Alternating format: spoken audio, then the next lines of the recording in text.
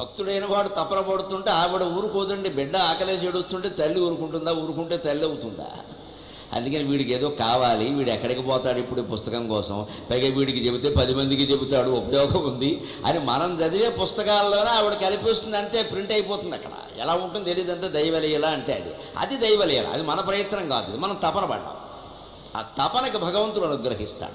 ఏది దైవానుగ్రహం, ఏది పురుష ప్రయత్నం అనేది కాస్త స్వల్పమైన భేదంతో తెలుసుకోకపోతే మాయలో పడిపోతాం. దైవానుగ్రహాన్ని పురుష ప్రయత్నంగా భ్రమించినా పర్వాలేదు, కానీ పురుష ప్రయత్నాన్ని దైవానుగ్రహంగా భ్రమించొద్దు, బానిసలమైపోతాం. ఇంకా దేవుడు అనుగ్రహిస్తాడే అని కాళ్ళు చెప్పేసి కూర్చుంటాం అంతే. ఇక్కడ అంచేది ప్రయత్నమే చాలా ముఖ్యం. ఆ ప్రయత్నం ఏం చేయాలి మనస్సు నాపడానికి కూడా అంటే భగవత్పాదుల వ్యాఖ్యానంలో చెబుతున్నారు. అసంశయం మహాబాహో మనో దుర్నిగ్రహం జలం అభ్యాసేన కౌంతేయ వైరాగ్యేన జగృహ్యతే. ముందు ఒప్పుకోవాలి కదా. అందుకని మహాబాహుడమైన మహాపరాక్రమం కలిగిన ఓ అర్జున, అసంశయం మనో దుర్నిగ్రహం, చాలా మనస్సును అరికట్టడం చాలా కష్టం. ఇందులో అనుమానం ఏమి లేదు. నువ్వేదో చేతకాని వాడని నేను అట్లా, నువ్వు చెప్పింది నిజమే అని ఆ మాటతో ముందు శిష్యుడు ఆనందిస్తాడు. నేను చెప్పేది గురువుగారు అంగీకరించారు, చాలే, నా బాధ అర్థం చేసుకున్నారు.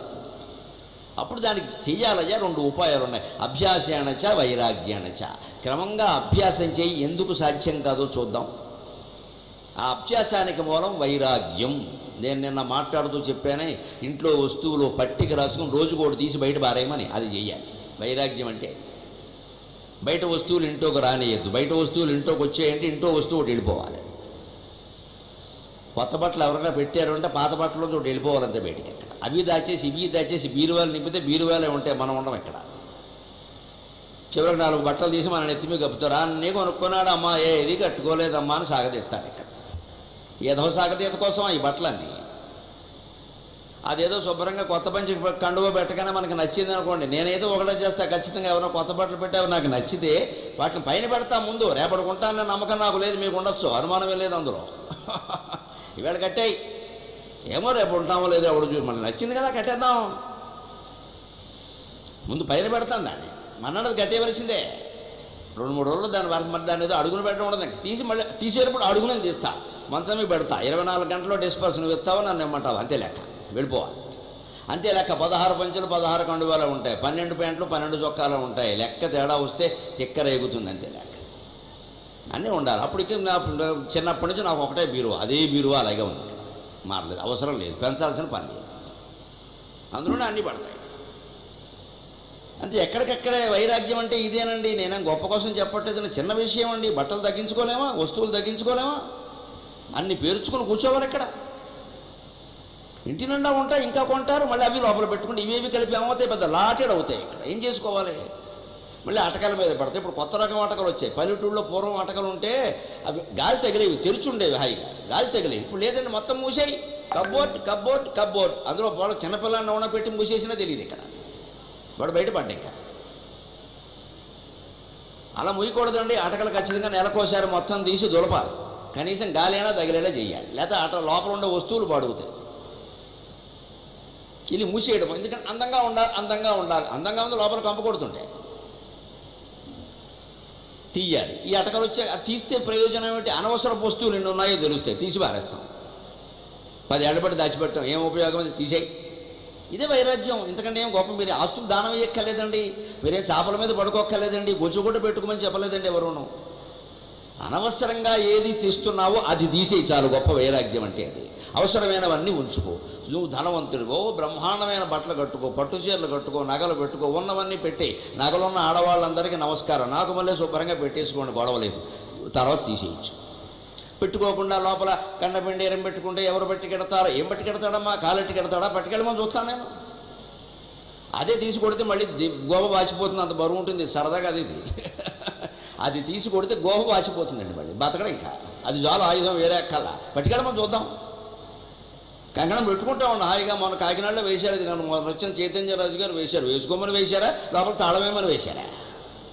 వేసుకుంటాం. ఇలా 1 నెలలు వేసామనుకోండి, విరక్తి వచ్చింది, తీసి లోపల పెట్టేస్తాం, అయిపోయింది.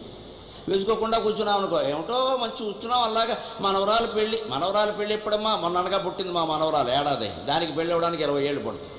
ఈలోపు నేను కంకణం పెట్టుకోకపోతే లంకణాలు చేస్తూ కూర్చొని ఇక్కడ. దాని పెళ్ళికి మనం ఉంటాం ఉండవా? ఎందుకు వచ్చిన గొడవ? ఉన్న నగలు పెట్టేసుకోవాలి, ఉన్న చీరలు కట్టేసుకోవాలి. ఎందుకని రేపు పొద్దున వెళ్ళిపోయినా సుఖంగా వెళ్ళిపోవచ్చు, అన్నీ అనుభవించే వెళ్ళిపోతున్నాం. ఊరికే లాకర్లో పెట్టి ఏడాదికో 7,000 8,000 అద్దె కడితే మనకేమిటి ఉపయోగం ఎక్కడ? ఈ అనుభవించి వైరాగ్యం చాలండి, మొత్తం మానేయక్కర్లేదు. వైరాగ్యం అంత సులభం, అంత సుఖం కూడా. వైరాగ్యం అనగానే కంగారు పడక్కల. వైరాగ్యం ఉన్నవాడే జీవితంలో ఆనందంగా ఉంటాడు. వైరాగ్యమేవ అభయం అంటాడు భర్తృహరి. జీవితంలో అన్ని భయాలే, వైరాగ్యం ఒక్కటే అభయం అన్నాడు. నాకు అక్కర్లేదు అనుకుంటే వాడి చుట్టూ ప్రపంచం అంతా తిరుగుతుంది. నాకు కావాలి అని అన్నాడో నా భ్రష్టు బట్టి వాడు తిరగాల్సిందే అందరి చుట్టూ. నాకు కావాలి, కోరిక అంత దుర్మార్గమైంది. నాకు అక్కర్లేదంటే మన చుట్టూ తిరుగుతారు అందరూ. మనకు అందులో ఏది కావాలో ఎంచుకుంటాం, గొడవ లేదు. నాకే కావాలి అంటే మనమే అందరి కాళ్ళు పడగాలి. ఇక్కడ ఎందుకు వచ్చిన కర్మ? అక్కర్లేదు అనిపించిన మహాసామ్రాజ్య పదవి ఏదన్నా ఉందా? అన్నీ కావాలని గోక్కుంటున్నాం, పీక్కుంటున్నాం ఇక్కడ. అందుకే రోగాలు వచ్చి వస్తున్నాం రోజు. మనస్సు నిండా కోరికలే, పిచ్చి కోరికలు ఎన్నున్నా సరిపోవు ఇక్కడ. అందుకే వైరాగ్యేణ అన్నాడు కృష్ణుడు. నీకు నిజంగా మనస్సు నిగ్రహం రావాలంటే వైరాగ్యం వదిలేయి. సగం వస్తువులు వదిలేయి, సగం బట్టలు వదిలేయి, సగం మాటలు వదిలేయి, సగం డబ్బులు వదిలేయి, మొత్తం తీసేయి. మాట్లాడే మాటల్లో కూడా ఏది అనవసరంగా మాట్లాడుతున్నా తీసేయి. మౌనం అలవాటు అవుతుంది, ఖచ్చితంగా వైరాగ్యం ఏర్పడుతుంది, మనస్సు నిలబడుతుంది. ఇంకోటి చెప్పాడు, అభ్యాసం అన్నారు. సాధారణంగా దీనికి యోగాభ్యాసం అని అర్థం చెబుతారు. యోగాభ్యాసం ఎంత చేసినా, ఆసనాలు వేసినా, ఏం చేసినా మనస్సు నిగ్రహానికి వస్తుందని మనం చెప్పలేం. అది సాధన ఉపయోగిస్తుంది, కానీ ఖచ్చితంగా వస్తుందని చెప్పలేం. దానికి గొప్ప సాధన ఏమిటో, అభ్యాసం అంటే ఏమిటో శంకరాచార్య చెబుతున్నారు. అభ్యాసో నామ చిత్తభూమౌ కశ్యాం చిత్ సమాన ప్రత్యయావృత్తి అన్నారు వ్యాఖ్యానం. భగవద్గీత అర్థతాత్పర్యాలు మనం చెప్పుకోవట్లేదు, దయచేసి శ్లోకాలు లెక్క కట్టకండి, పూర్తయ్యాయా లేదని. అది ముఖ్యం కాదు ఇక్కడ. శంకరాచార్యుల భాష్యం రాసిన వాటిల్లో అందులో ముఖ్యమైన విషయాలు సమయాన్ని బట్టి మాత్రమే చెప్పుకుంటున్నాం మనం. చాలా విశేషమైనవి, ఇతరులెవరూ చెప్పనివి వ్యాఖ్యానాలు 100 మంది రాశారు భగవద్గీతకి. వాళ్ళెవరూ చెప్పనివి శంకరాచార్య మాత్రమే చెప్పినవి చెబుతున్నాను. ప్రతిపదార్థ తాత్పర్యాలు చెబితే 100 రోజులైనా సరిపోతుంది. అభ్యాసానికి ఆయన చెప్పింది ఏమిటంటే, అభ్యాసో నామ చిత్తభూమౌ కశ్యాంచిత్ సమాన ప్రత్యయావృత్తికి. నీ మనస్సులో ఎక్కడో ఒక చోట సమాన ప్రత్యయావృత్తికి, ఒక నామాన్ని కానీ ఒక రూపాన్ని కానీ నమ్మి దాన్నే ధ్యానం చేయి. మళ్ళీ మళ్ళీ మళ్ళీ మళ్ళీ పిచ్చెక్కినట్టు ధ్యానం చేయి. పైకి కూడా మాట్లాడితే ఎవరన్నా పిచ్చివాడు అనుకుంటారు. వివేకానందుడు చెబుతాడు, భగవంతుడి విషయంలో ఉన్మత్తుడైన వాడు అదృష్టవంతుడు అంటాడు. మన ఇంట్లో దేవుడు విగ్రహం ఉందంటే దాంతో మాట్లాడండి, దయచేసి దాంతో మాట్లాడండి. భార్య కానీ భర్త కానీ నువ్వు పిచ్చాడు అన్న సావు, నేను పిచ్చాడిని అని చెప్పండి. మనం మాట్లాడుతున్న దేవుడితోనమ్మా, బొమ్మతో కాదు.